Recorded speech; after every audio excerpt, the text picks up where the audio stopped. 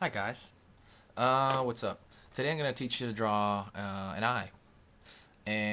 Whether you draw a real eye, a fake eye, maybe an eye like an animation or anything you do, it's all going to be kind of drawn through the same way. Everybody draws it the exact same way. And to really draw it, you have to know the kind of the general structure of an eye. The anatomy helps too. Just minor anatomy. You don't have to know it like a doctor. Um, But every eye, if you break it down, has this kind of strange diamond shape, you know? And with a when it peaks here, let's just say this is someone's left eye, like they're looking at you. This is someone's left eye, and the other eye would be somewhere over here.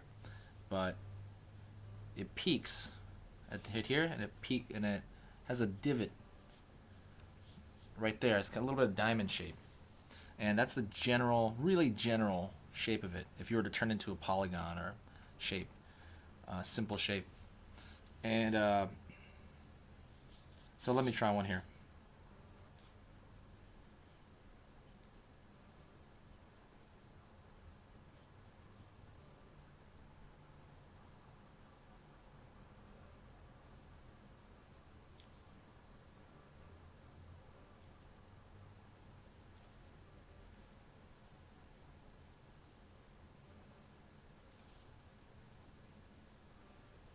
Put the eyebrow here.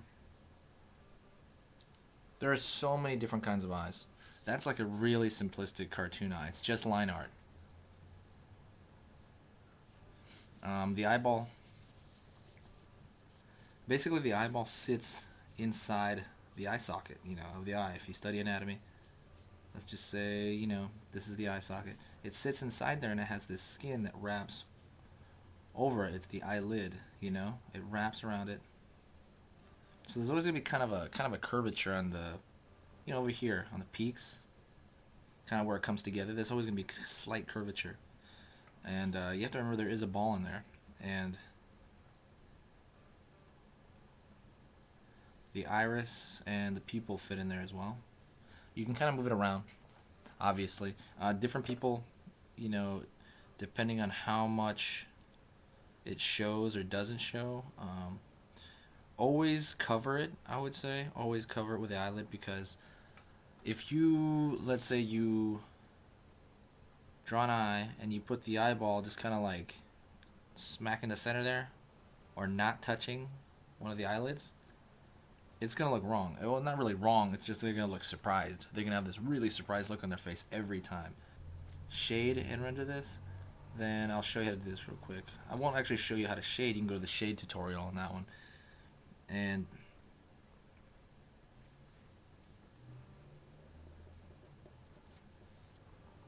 let's say this is just the line of the eye. Let's say that's a very layout. I can go in and maybe if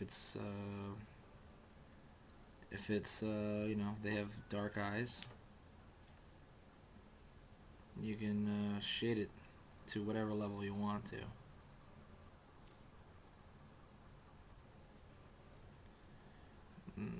Because it's sitting in the eye socket, it has this brow that comes around here. Many people have kind of a fatty layer right here on the top of your eye. Not everybody's face is different, so keep that in mind. Right now we're just drawing a very generic eye. I guess American eye.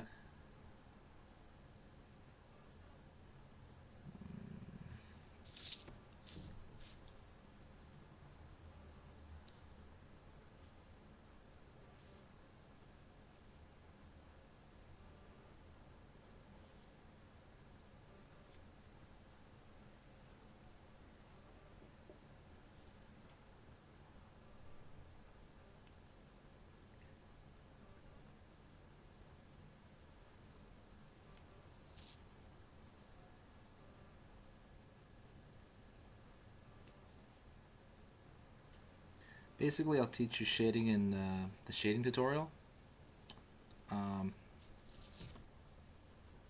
I'm using more of a cross-hatching motion if you use this along with the other one. Um, This is a question people have, and a lot of people say, can you capture the eye without shading it? I get that question all the time. I'm not sure why, but yeah, of course. Like look at animation, look at anything on Nickelodeon. Look at you can. It doesn't have to be animated, to make a. Look at comic books.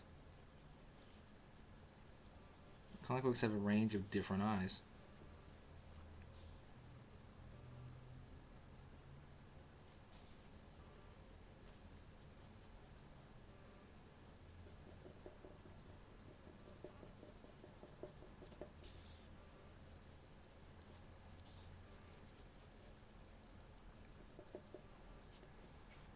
Yeah.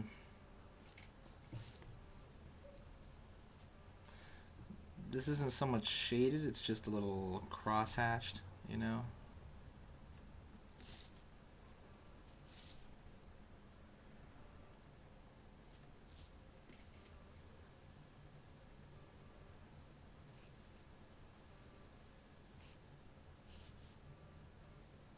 The best way to do this is to grab pictures of eyes of like celebrities of anything out of any magazine, and maybe draw one or maybe both of their eyes.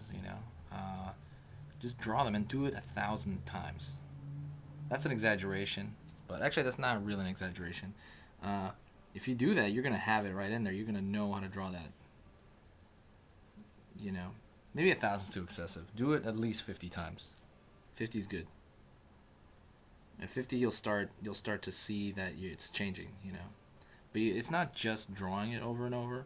It's understanding it. You have to know what you're doing. You have to know that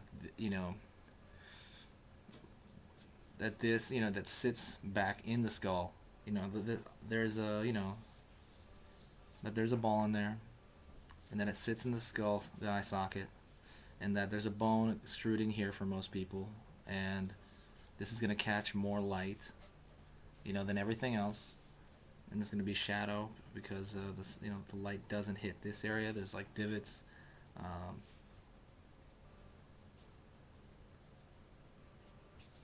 you know,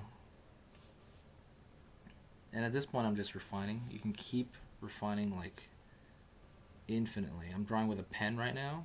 That's why I'm using a more crosshatch pattern. You can easily do this with anything. And once you know how to draw an eye, once you have it in your head and you can draw it from memory, you can deviate this and change it. And you can draw Asian eyes. You can draw, just Asian eyes have a smaller eyelid. They tend to generally have a smaller eyelid. What else? There's all kinds of different ethnic types that little tiny changes that I don't see enough people do anywhere, and you get that through repetition, through practicing over and over. Honestly, also through being critical but not overly critical of yourself. Maybe make friends with an artist that's better than you. That sounds bad, but just it's better to have someone who's on the same path as you are, just further ahead. And the way I'm doing this is the way I do every single eye I do. And